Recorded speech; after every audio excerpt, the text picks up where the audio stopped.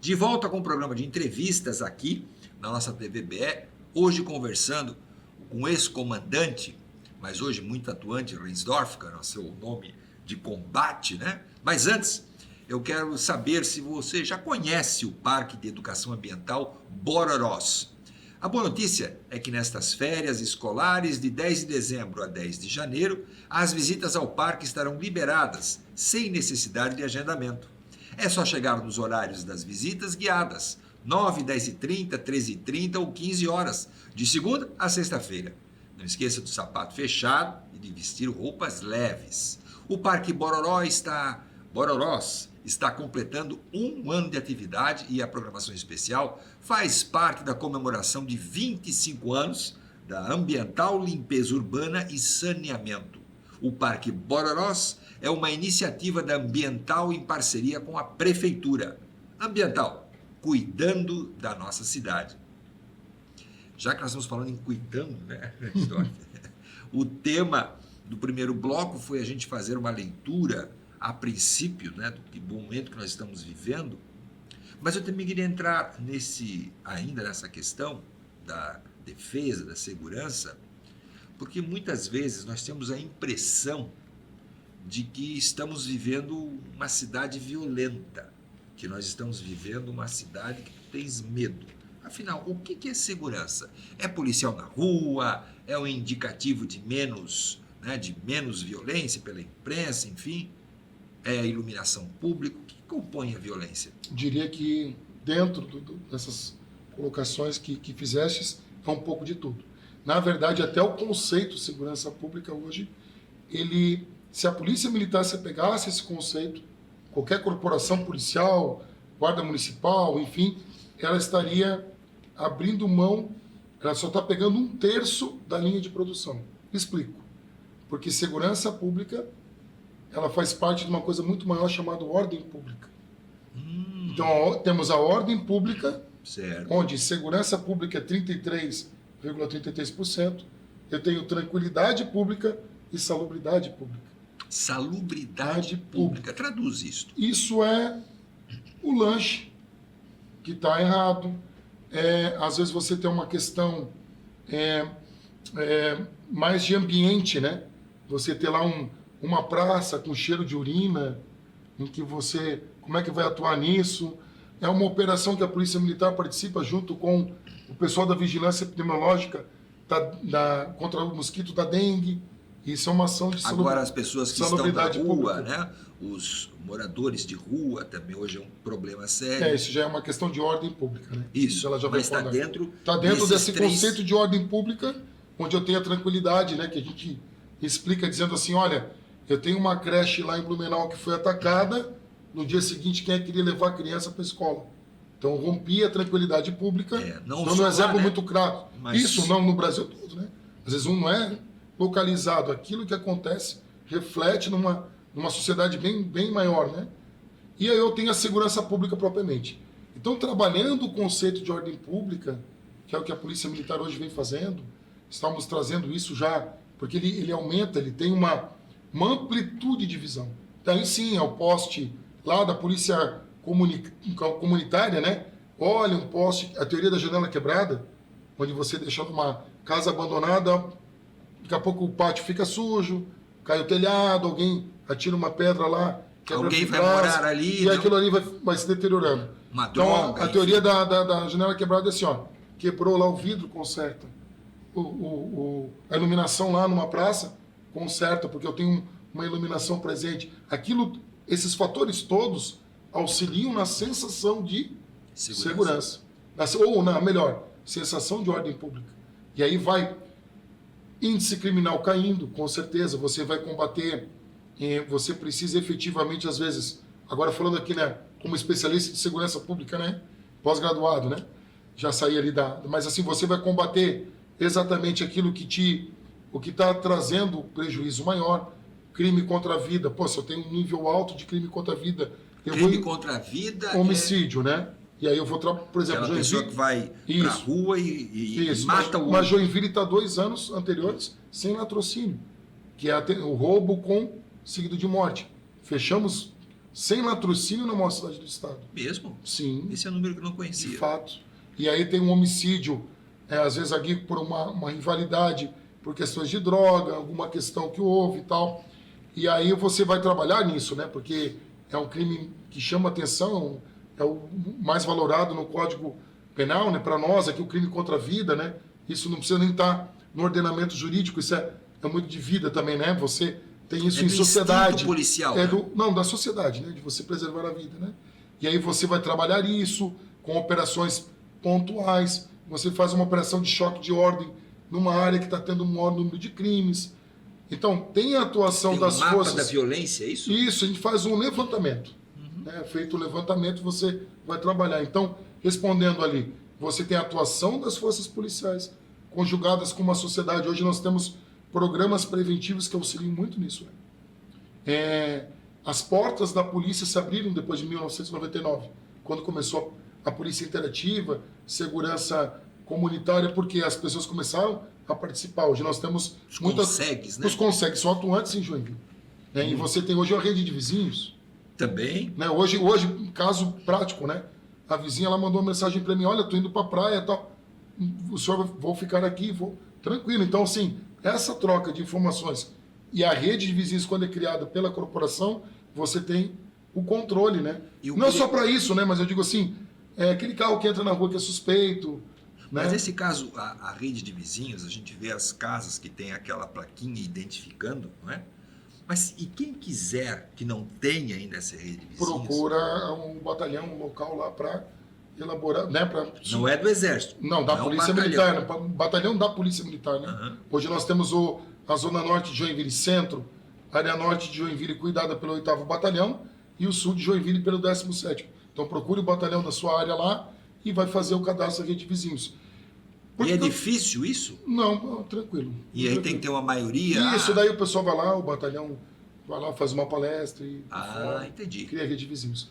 O que eu quero chegar nisso? Nós temos, hoje a gente vê muito claramente isso. Um braço que é o operativo, são as viaturas que você vê na rua. Tu tá falando agora da polícia. Da polícia. Do tático, da viatura e tal. E nós temos um braço preventivo das forças policiais, que é esse trabalho todo que é feito, nós chamamos de segurança informal, Sérgio. A igreja trabalha na segurança informal, a família trabalha na segurança informal. Esses programas preventivos fazem um trabalho direcionado para isso, e isso se complementa. A questão operacional, segurança informal, e além de ter isso, como eu disse, ter uma cidade organizada, limpa, né, uma rua ampla, não deixar criar processo de favelização. Isso não envolve armamento. Nesse campo operativo. Nesse braço aqui. Nesse braço operativo, sim. Sim, mas não esse braço aqui. Não. O preventivo é o programa de resistência às drogas. É tudo que a corporação faz. É a mobilização entre a própria sociedade. Então, assim, olha que trabalho interessante. Você pensa em polícia, não, mas é só aqueles que prendem. Não. Tem todo um trabalho preventivo também que acompanha as leads, que complementa, como eu disse, falando em termos de ordem pública e segurança rumando para a ordem pública, é tudo que a cidade também atua, né? A cidade tem um trânsito organizado, né? Como eu disse, evitar processos de favelização, trabalhar nas questões de moradores de rua. E isso é interessante, porque não é só afeto, né, diretamente aos órgãos que trabalham com segurança. Tem que envolver mais outras secretarias e tudo mais. Sim, é muito mais amplo do que nós podemos imaginar. E aí, nessa questão, Reinsdorf, né, nós temos uma legislação hoje que dá o limite no que a polícia deve atuar ou pode atuar, tanto a militar, como a civil, como a técnica e as outras estruturas de segurança pública. Mas essas mesmas regras, né, essa mesma questão que o legislativo trouxe, realizou, né, fez com que isso fosse o balizador, claro. Tem coisas que eu conheço, não estou me referindo apenas a você, que esse comentário não foi para evitar qualquer tipo de interpretação equivocada, mas o policial enxuga gelo. Por quê? Prende o cara hoje, mas o cara não está armado, o cara não ali representa, né, mas ele está cometendo outros ilícitos. É preso. Aí tem o tal da audiência de custódia, ele vai lá, ou seja, ele não fica 1 hora na cadeia. E o cara vai encontrar o policial passado, sei lá, 2, 3 horas, ou mesmo que ele teve que levar para custódia. Meu Deus do céu, por isso que eu digo, é enxugar gelo na sua grande parte. Gera uma frustração, mas eu sempre orientava, como policial eu sempre pensei assim, Sérgio, eu orientava os meus comandados, né, os policiais que compreavam comigo na rua ali, que o problema não é nosso, né, ali enquanto investido ali na situação de policial, no estado estou policial da reserva. Eu sempre uso uma expressão bíblica para explicar isso, né? 70 vezes 7. Porque se o homem de bem se abstiver, o mal triunfará. Sim, com certeza. Então, o policial não tem opção. Se ele tiver que conduzir aquela pessoa 10 vezes, 1000 vezes, porque a lei assim determina. ele vai conduzir. Mas isso é o que eu estou me referindo, né? É o que eu falei, o meu problema não é em quem está lá, como eu falo, né? Não é quem está fazendo enxugando esse gelo, mas sim quem mandou eles enxugar esse É gelo. uma questão que suplanta ali aquele que está na rua, às vezes ali desempenhando sua atividade. Eu sempre falava, somos soldados de polícia, né? Tem uma diferença. Soldados de polícia. Porque a polícia militar, eu sempre falo, existem muitos órgãos policiais hoje no Brasil, né? A polícia científica, polícia civil. São 8, não são? Né? Polícia Rodoviária Federal, Polícia Federal, tem a Polícia Ferroviária Federal em extinção. E você tem nos estados a Polícia Militar, que eu digo assim, olha, Polícia Penal, né? E você tem uma polícia em que o profissional ele é um soldado. Diferente das outras polícias, eu agora vou comentar aqui aquilo que estive servindo e ainda estou aí na reserva dessa instituição. Você tem o soldado de polícia. E o soldado, ele é um militar estadual, hoje no Brasil, tem um militar federal, né? Você tem Força Armada, Exército, Marinha Aeronáutica, Força Aérea, né? E você tem um militar estadual, que é nos estados são os policiais militares e os bombeiros militares. Então, ele está sujeito a todo o ordenamento de regras do militar federal, Código Penal Militar, né, regulamento disciplinar e tudo mais, inclusive na reserva. Eu esclareci isso no início aqui. Quando que é o caso, no teu caso, no meu caso, continua né? Com as mesmas restrições, enfim, mas como se tu, na ativa tu tivesse. Mas falando do soldado de polícia, o interessante é que o soldado de polícia, trazendo o lado bom do soldado, do cumprimento do dever, daquele que está ali disponível 24/7 para fazer o que o ordenamento jurídico daquela nação, daquele Estado, né, para cumprir, para manter o Estado democrático de direito e tal, faz. Então, ao soldado de polícia não é dado essa opção. Eu sempre diz assim, o soldado de polícia vai cumprir o dever o tempo todo. Claro, ele é um ser humano que está ali. Você frustra, Sérgio? Opa! Se entristece? Sim, de fato. Quando eu imagino, não. Mas eu digo assim... Eu converso com alguns amigos meus policiais, não é? Muito. Né? Mas ele vai cumprir o dever dele. Não há Pode dúvida. ver, todos lhe respondem assim, continuaremos... Não há dúvida. Eles não vão simplesmente deixar aquilo ali como se não estivessem vendo, né? Claro. É óbvio. Mas também nessa discussão da polícias militares, né? Estaduais, ou as outras forças federais, né, que você mesmo citou, Polícia Rodoviária, Polícia Federal, enfim, tantas outras, né? O governo federal fez uma proposta para dizer que deveria acontecer em se ter um único, né, um grupo que seria o Comando Nacional das polícias estaduais, inclusive, não é? E isso gerou polêmicas. Gera, né? Porque você tem diferentes formas de atuação e a própria Constituição Federal delimita muito isso, né? Uhum. Ela delimita a atuação de cada corporação. Aqui eu estou me expressando já dentro no diapasão de segurança, de ter trabalhado no tempo com segurança. Claro.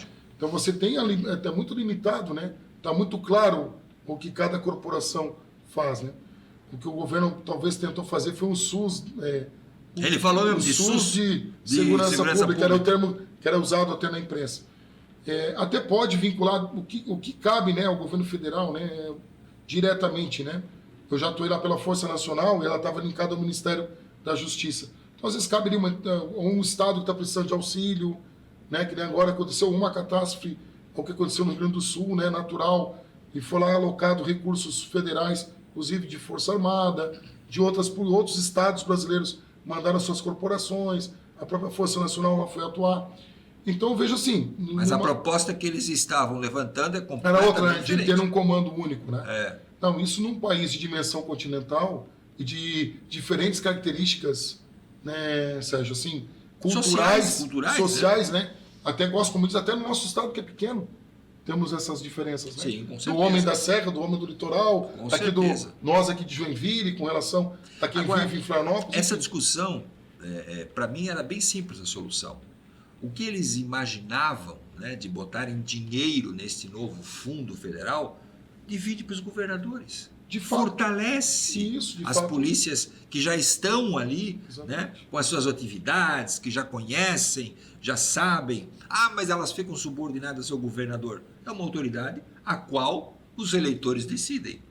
Se ele não trabalha bem, manda-se embora. Agora, como é que se manda embora um presidente da República, exceção não, através das eleições, mas durante seu mandato, quando ele diz, não, esse dinheiro não vai mais para cá, esse dinheiro vai para lá, como é comum. É que, na verdade, no Brasil, eu até estava refletindo aqui, no Brasil nós não temos, a exemplo de outros países, né? Você vai para a Argentina, tem uma polícia ostensiva federal, né, que é a Gendarmeria, você tem os Carabineiros do Chile, você tem lá em Portugal a Guarda Nacional Republicana, você tem lá na Espanha a Guardia Civil, que civil é só no nome, mas ela é bem militar, inclusive, né? Então você tem a maioria dos países europeus, de onde a nossa gênese, você tem que entender a gênese policial no Brasil. Sim.